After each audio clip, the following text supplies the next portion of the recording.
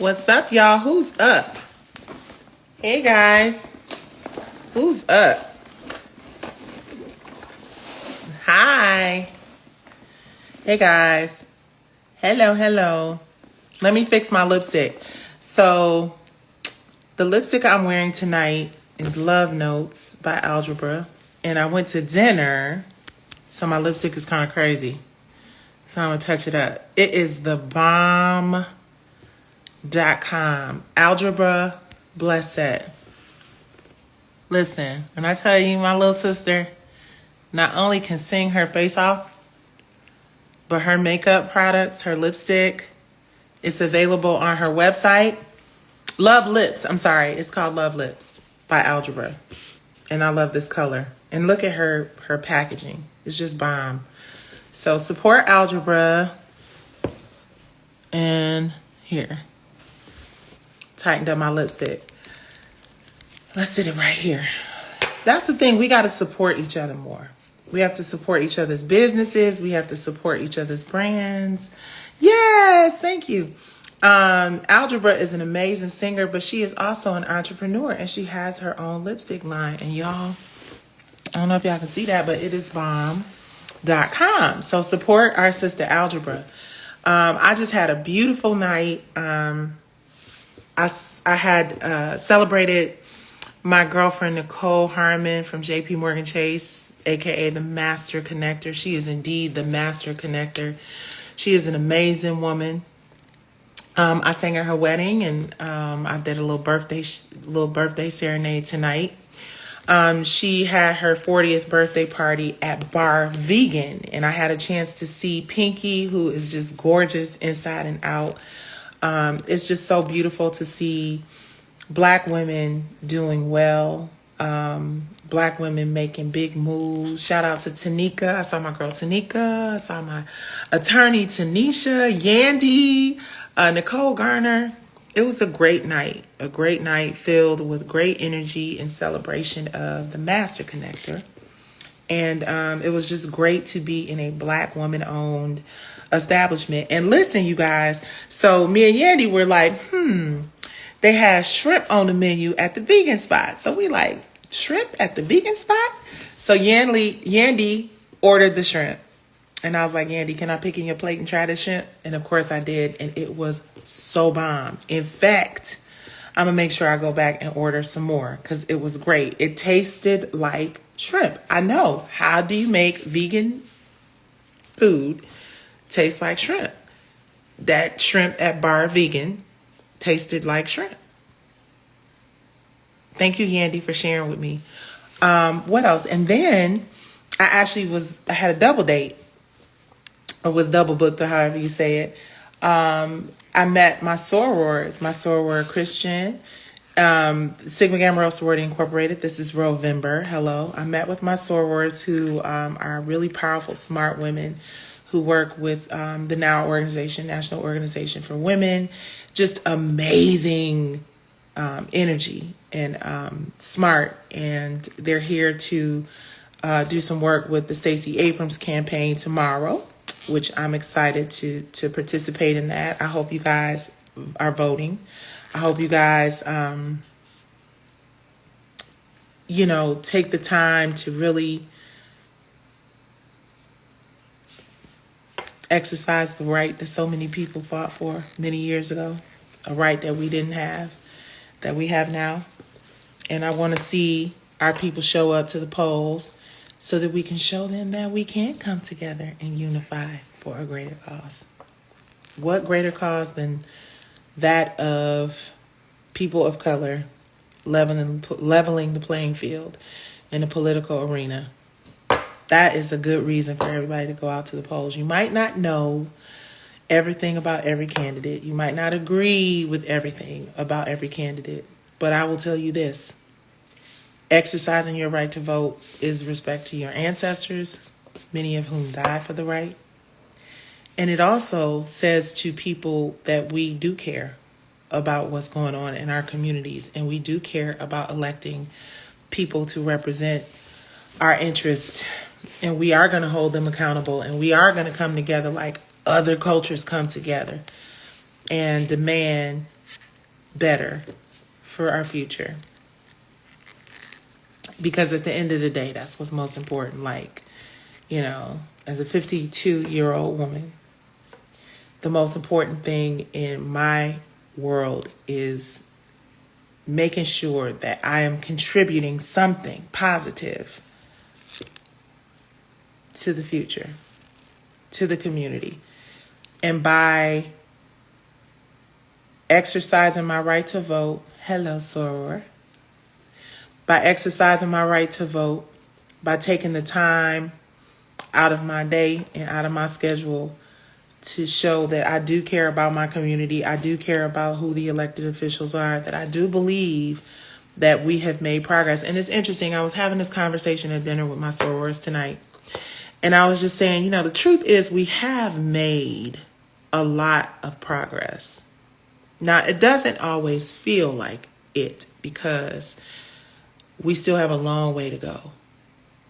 But we've actually made a lot of progress in the world as a whole, right? There was a time we could not vote. Hell, there was a time we could not even drink from certain water fountains. So to be able to, you know, I was looking at Instagram and I was looking at how many women, Black women, entrepreneurs made all of this money because they were able to connect and fellowship and sell their products and build a loyal following, right? So many entrepreneurs that have become so successful. That has never been really the case in the past. I mean, Black women have been successful, but there are a lot of young Black entrepreneurs. Glamaholic Lifestyle, Courtney Adeleye, Mael, what was it?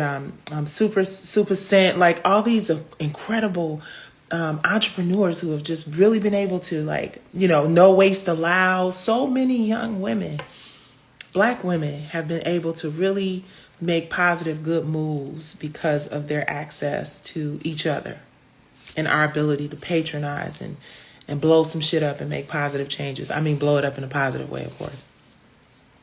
And I just was having the conversation tonight about, you know, sometimes because we want so much more, we have aspirations to reach high goals quickly, we forget how far we've come. We really don't take the time out to take a step back and be like, damn, we did that. You know, and like this lipstick, Algebra Blissett is an amazing singer and an amazing entrepreneur. And the fact that I'm sitting here wearing the lipstick and putting the lipstick on Instagram, and well, hopefully a lot of people will see this, and a lot of the other people that she's, you know, blessed with products will do the same thing. And Algebra will become, you know, as big a name as Revlon. Because guess who has the power to make that happen for her? Us. Because Black women influence everything. We're the ones in the grocery stores buying the groceries. We're the ones at Target buying the toiletries. We're the ones at Macy's buying the clothes.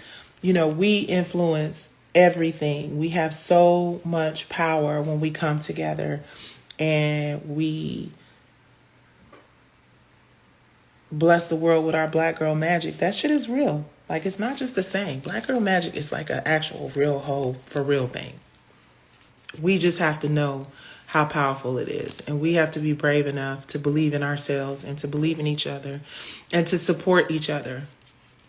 You know, we can show up for one another. Just like tonight, I showed up for my friend Nicole for her 40th birthday, and I showed up for my sorors. And I thank God that we were able to patronize, you know, Bar Vegan, shout out to Pinky Cole, and we were able to, you know, experience a new restaurant in the same place.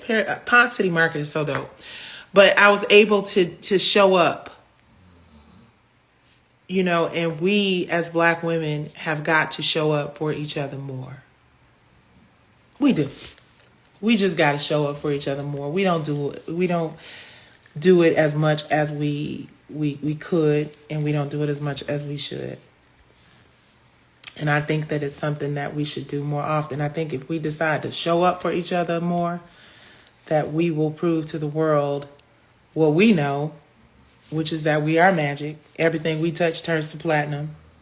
And then we can start having some real conversations about how we make real positive changes in our community, right? Because we got a lot of people who have a lot of money, but they don't have their mental wellness in check.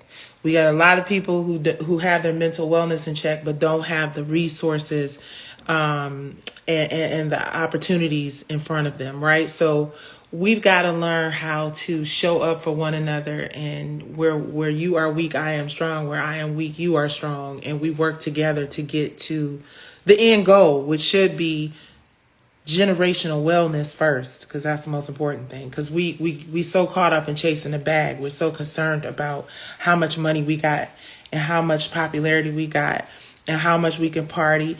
There is no place in the world that has more liquor stores per square yard or whatever than the hood.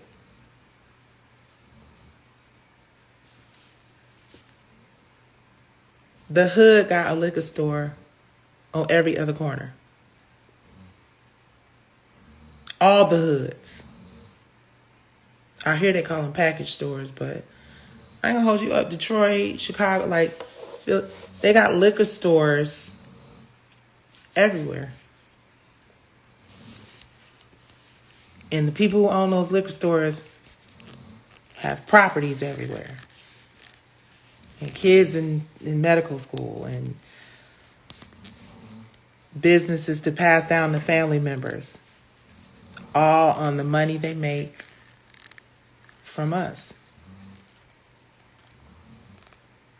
The problem is we're spending money on something that is not serving our mental wellness, our community, our financial wellness, because it's something that we have convinced ourselves that we need in order to numb the reality of what we're dealing with every day. But the reality, ironically, is caused by us pouring into things that are not good for us and pouring into things that are not good for our community. And it just makes it worse. Whether that is a liquor store in the hood, whether that is a song that degrades women, whether it's drill rap about killing another brother, whatever it is, there's no other group that invests more in their destruction, in my opinion, than us. And all we got to do is divest or boycott or just stop doing it. It's like you slammed your hand in the door and someone opens the door and you keep your hand in the door for them to slam it on. You know, it's just weird. It's like, you know, why continue to cause yourself pain when you can just stop? Right? Like, why continue as a community to buy into things, invest into things that destroy us when we can just stop? Don't touch the stove, it's gonna burn you. And you just sit your hand on the stove and you just leave it there and it's just burning the shit out of you. And you're just like, oh my God, it burns, it burns. Oh my God, lift you to take your hand off the stove. Maybe those analogies aren't great, but when I think about how ridiculous it is that we keep feeding into things that are destroying us, that's what I think about. Like, you want to slam your hand in the door over and over again when you can just take your hand out of the door. You want to burn your hand on the stove when you can just take your hand off the stove. We want to keep complaining about drill rap and death in the community and destruction and sex and drugs and hypersexualized images and negativity and bad shit. But we want to keep watching it. We want to keep supporting it. We want to keep endorsing it. And then we want to have 2 days of outrage when we hear about someone dying or someone having their whole rug pulled out from under them because they're suffering from mental health issues and ain't nobody there to tell them to chill out. So I know every time I get on my lives, I get on my soapbox because it's just hard for me to pretend like the shit that's happening right now is actually not happening. Like, it's just hard for me to like offer levity at a time when the Black community is what, in my opinion, feels like we're falling apart at the seams. Because there's no leadership in entertainment right now. I mean, if there is, point me in the direction of where that is, but I just don't see it. And I don't see it because I don't see any changes. All I see is young Black men dying before they turn 25 or 30 years old, and people making RIP posts and forgetting about it until the next young Black man dies in the streets. If there was leadership in entertainment, somebody would be real about what's really going on and put the effort into trying to pull together a think tank of some kind. People who really care about us, care about our community, care about the messaging, care about the whole lifestyle of like whatever it is that hurts these young boys and ends up having them lose their lives. It would be a group of people with power and influence in this industry that will come together and come up with some solutions. If there was leadership. Maybe that's what they're doing. And we just impatient. But I need somebody to step up. With the power and the influence. I need somebody to step up. We need somebody to step up. Because it's not okay. We don't see this happening in Asian culture. We don't see this happening in the white community. We don't see this happening in the Jewish community. We don't see this happening in the African community. We see this happening in the Black community. And most of it, we all know, is connected to poverty and lack of resources and lack of mental health resources and lack of financial resources. But the other part of it is we have lots of people in the entertainment industry, in the sports industry, who make hundreds of millions of dollars, who have access to hundreds of millions of people, who our kids pay attention to, that need to leverage those platforms and those resources. And you know, they say you don't tell people what to do. You can't tell people what to do with it. But you know what? Listen, at this point, we're code red in the Black community. Like all that shit about not being a role model and it ain't my responsibility to raise your kids and whatever. We were talking about that tonight. Do you understand that most kids in the hood have parents who are busting their asses to keep food on the table? Busting their asses to keep their mental wellness in check. They can't tell you what their kids are doing on their tablets, let alone tell you what they're listening to in their AirPods or their headphones. These single mothers, as a large majority, are doing the very best they can to make sure their kids can eat and have lights and have a safe place. We know, shit, our moms did it too. Our parents didn't have it. We know what that is like. So for people to put all the onus on the parents and say that it's the parents' responsibility to make sure that the kids ain't listening to drill rap. It's the parents' responsibility to make sure the kids ain't, out here dropping it like it's hot. No, there is a certain amount of responsibility that falls on the people who distribute that bullshit into our communities and into our neighborhoods as well. They benefit most from it. So they have a responsibility. Motown called it quality control. C. Dolores Tucker got a parental advisory sticker. It is time for the people who make the most money from this drill music, from these horrible narratives and images that we see on television. every single day to prove that they care about Black people. It's time for them to prove they care about our communities. It's time to prove that all the hundreds of millions of dollars that our talents and our gifts generate for those corporations is at least worth a conversation about how we can meet in the middle. I'm not saying that everything has to be positive and inspirational and educational and uplifting and all that shit. I'm not saying everything needs to be that.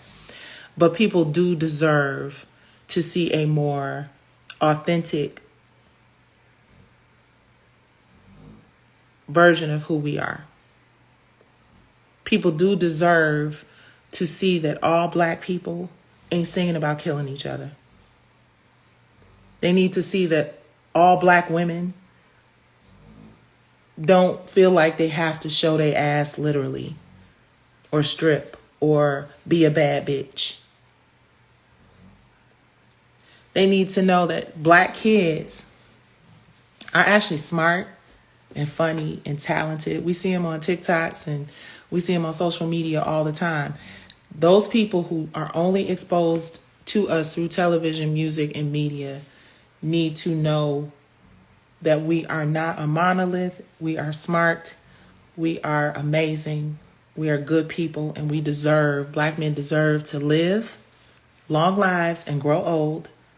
And Black women deserve to have living wages so they can support the families that they're supporting 9 times out of 10 on their own. And the only way we get to that is for people to see us as human.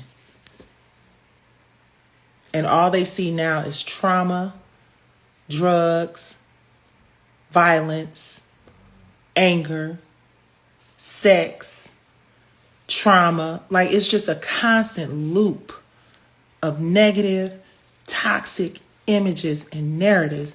And it is defining our culture, and it is so unfair. And it is not the responsibility of the parents, and it is not the responsibility of the talent that's just telling the stories about where they're from and what their life is like as a result of their poverty. The responsibility falls on the distributors and the media companies that keep distributing this garbage.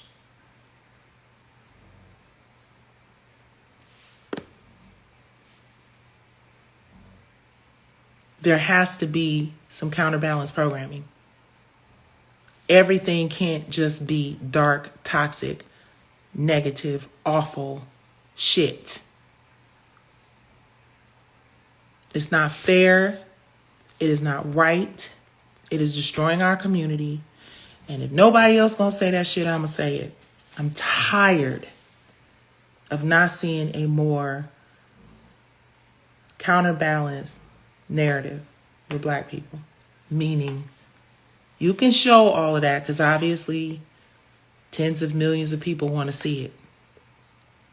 But for those of us who are out here trying to change the narrative for the better, those of us who are out here trying to create content that inspires people and tells real whole stories and not just like a one-dimensional version of who we are, don't block us. Don't prevent us from having the opportunity to own, which is the key to all of it, those stories that we create, so that we can make sure that those stories and the integrity of those stories and the authenticity of those stories remains intact.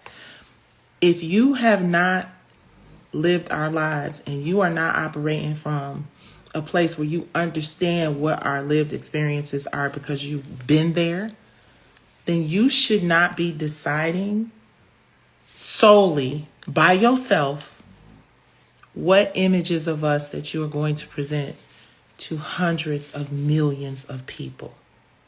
Y'all, everything on television,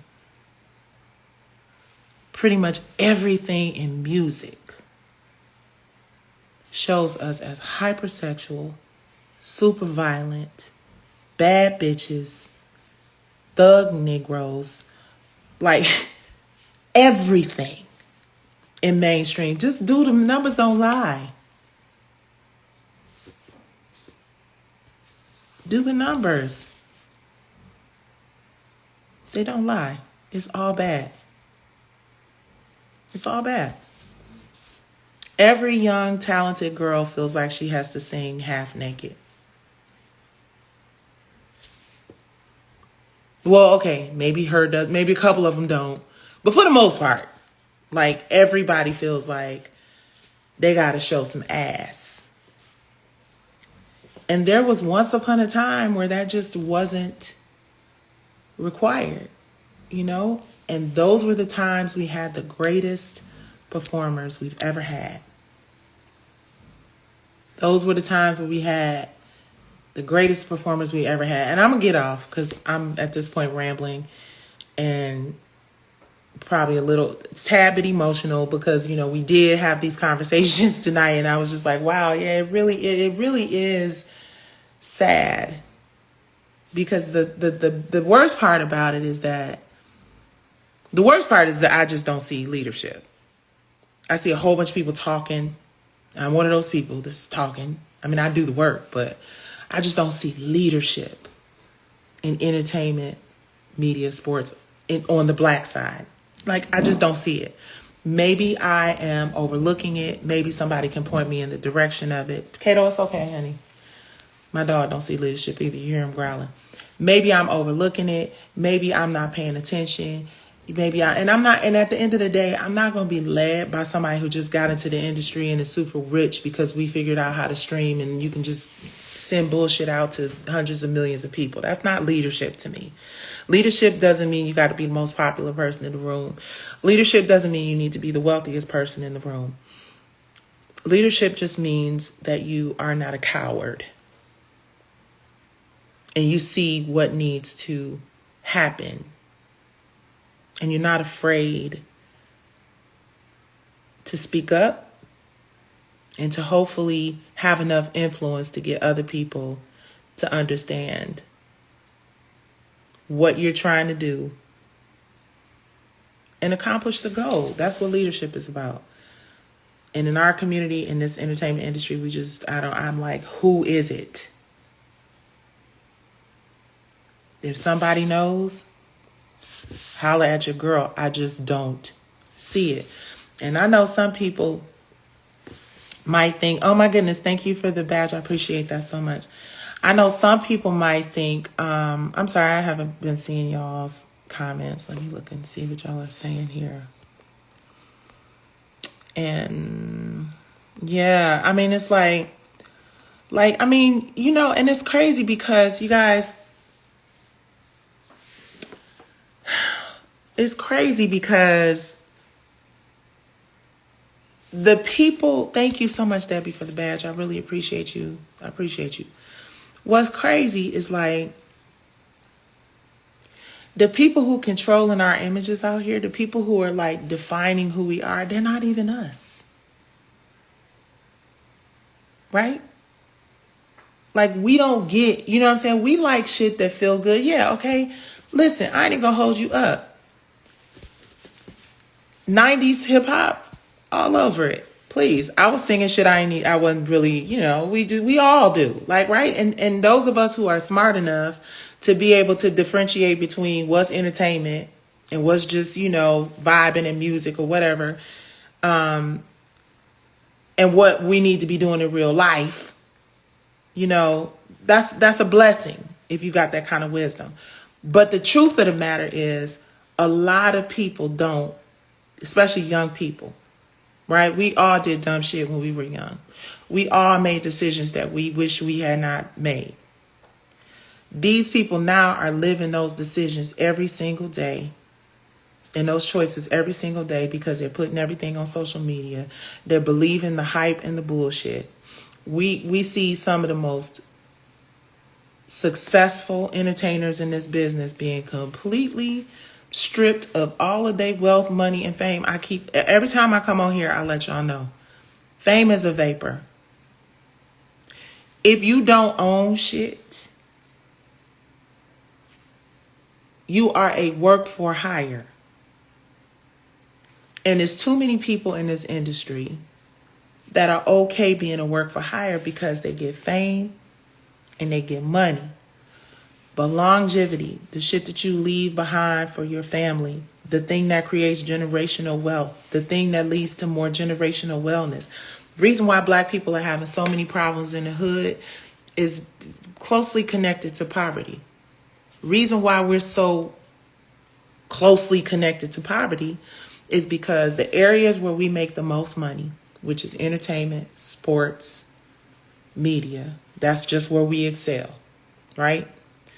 I ain't trying to be racist, but I love the way Asian women do my nails, and most people love the way black people play sports and sing. It's just, we all just got a thing. I know that could have been borderline racist, but y'all know what I'm trying to say. That's a damn shame. You can't even say what the hell you want to say.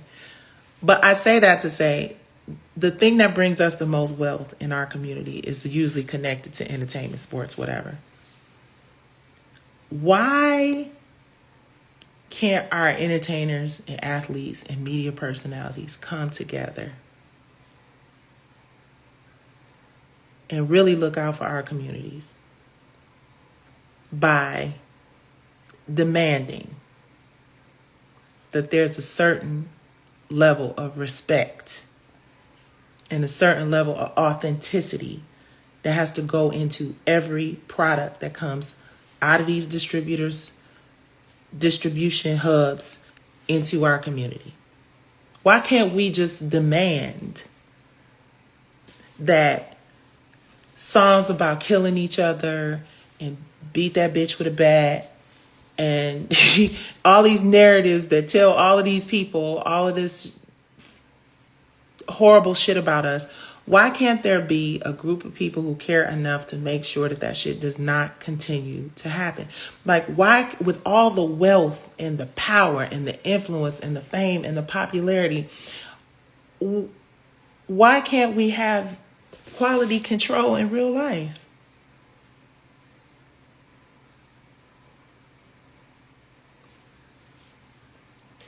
Because people don't give a shit about nothing but being famous and getting a bag.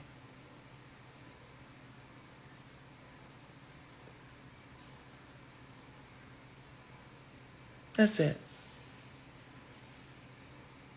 Because too many people who have the ability to do it are not going to risk the comfort of their lifestyle.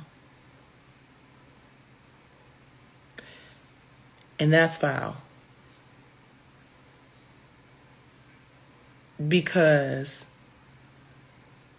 and I'm about to get off here. I'm like, who, if not us, is going to do the shit? Like, we had the benefit of, like, the Patti LaBelle's, the Luther Vandross, the ones that were before us. And then they had the benefit of, like, the Ella Fitzgeralds and the, Sidney Poitiers. And, they had those legends that was really, in the community, being artists, but also, like, keeping a certain amount of integrity.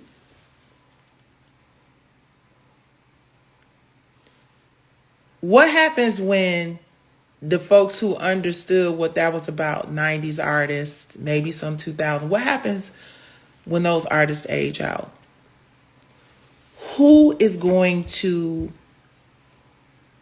preserve what black people used to be?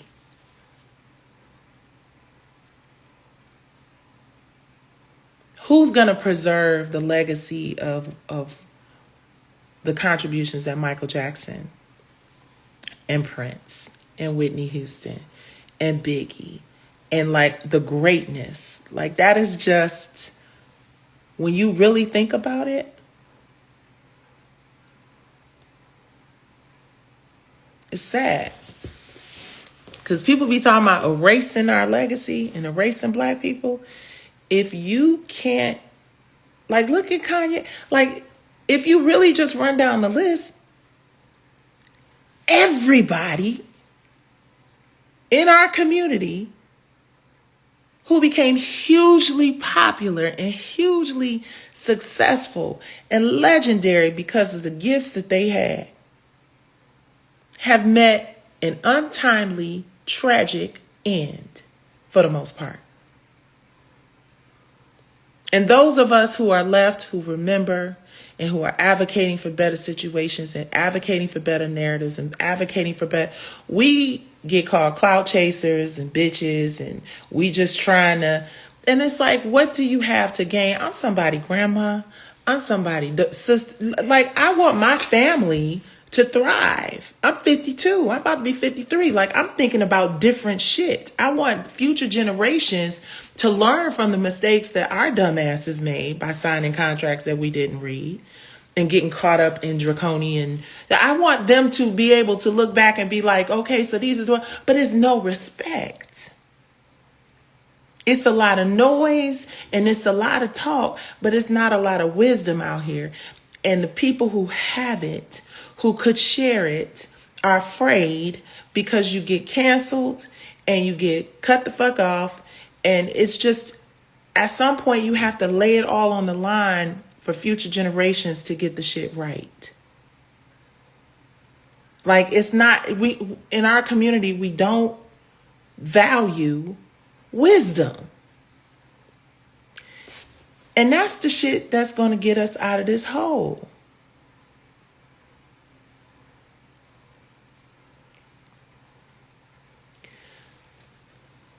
You know? So yeah, me getting on these lives and rant, I hope somebody hear what I'm saying. I hope somebody, and because I know if I can scrub. I done worked with Tyler Perry. I done got signed with Michael Jackson. I done seen a lot of things. I done been a lot of places. I've had a lot of experiences. So I'm not just getting on this motherfucker to ramble. Well, maybe a little bit. But inside of that, I'm hoping that some young person, people who really want to see our community get out of this hole, because we're in a hole. I don't give a fuck how much money you got in your personal pocket or your personal bank account. If your people and your community and our folks are not winning, neither are you.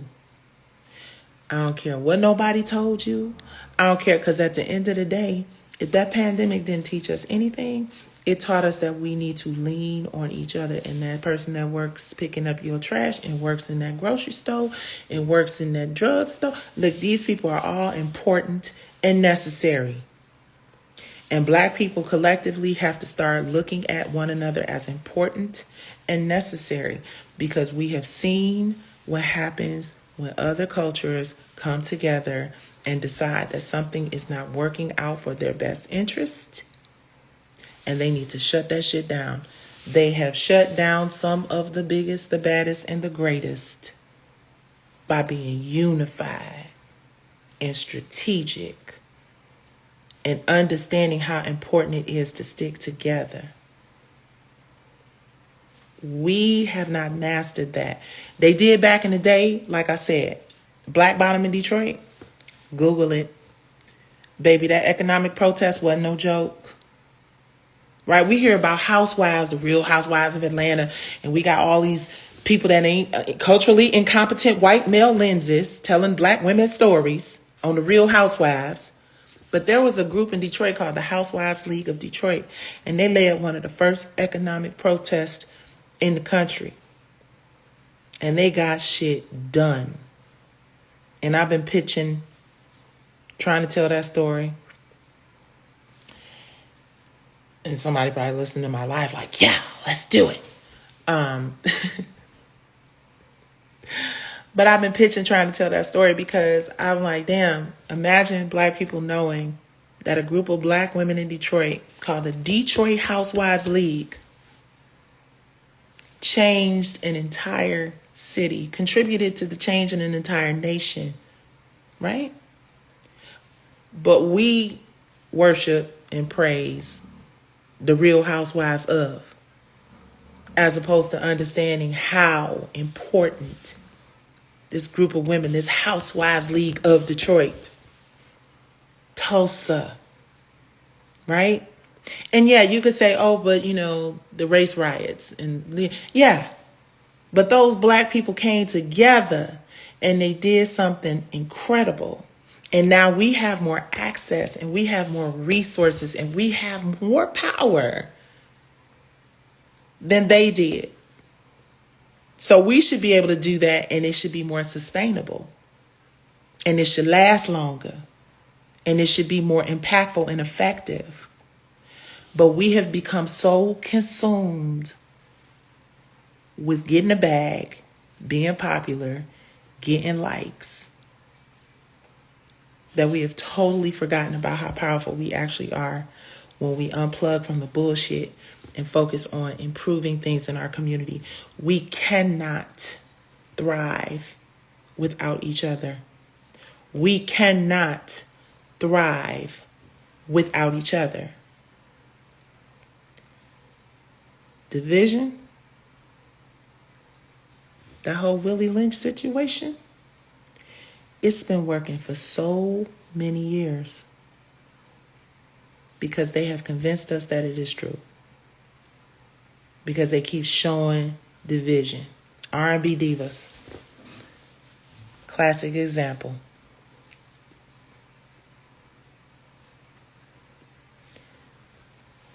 That show should still be going on. We did that as a unit, and the division destroyed it. So, I'm going to get off with my melodramatic ass. But it's just really hard for me to not keep it real with y'all. Because I love you. I love us. And I know that the only way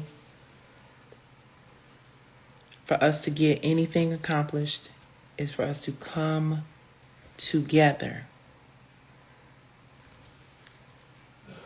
Unify. And come up with a plan to empower and support one another. That's it. Speaking of empowering and supporting, I done talked my lipstick off. But this is Love Lips by Algebra Blissett. I'm sorry. Make sure you guys get it. Debbie, I love you back. Thank you so much for my super chats. Y'all listen, one thing y'all gonna get from me is the truth as I see it. God damn it. Especially on them days when I think I look cute. Hey now. Hey Big Will TV. Thank you for the super chat. For the badge. I call it a super chat. Thank you for the badge. Yeah, this whole big long rant, for those of you who might just be jumping on here, was just me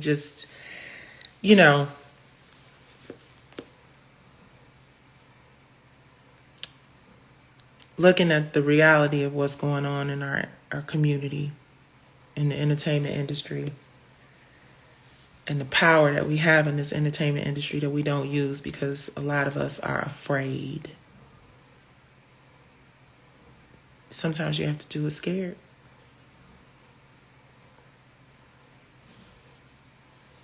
Real talk.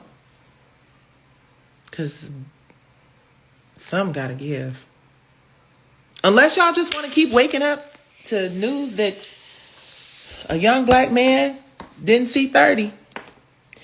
It was a shock when it happened to Tupac. It was a shock when it happened to Biggie. Now it's just like, oh, this shit happens every day.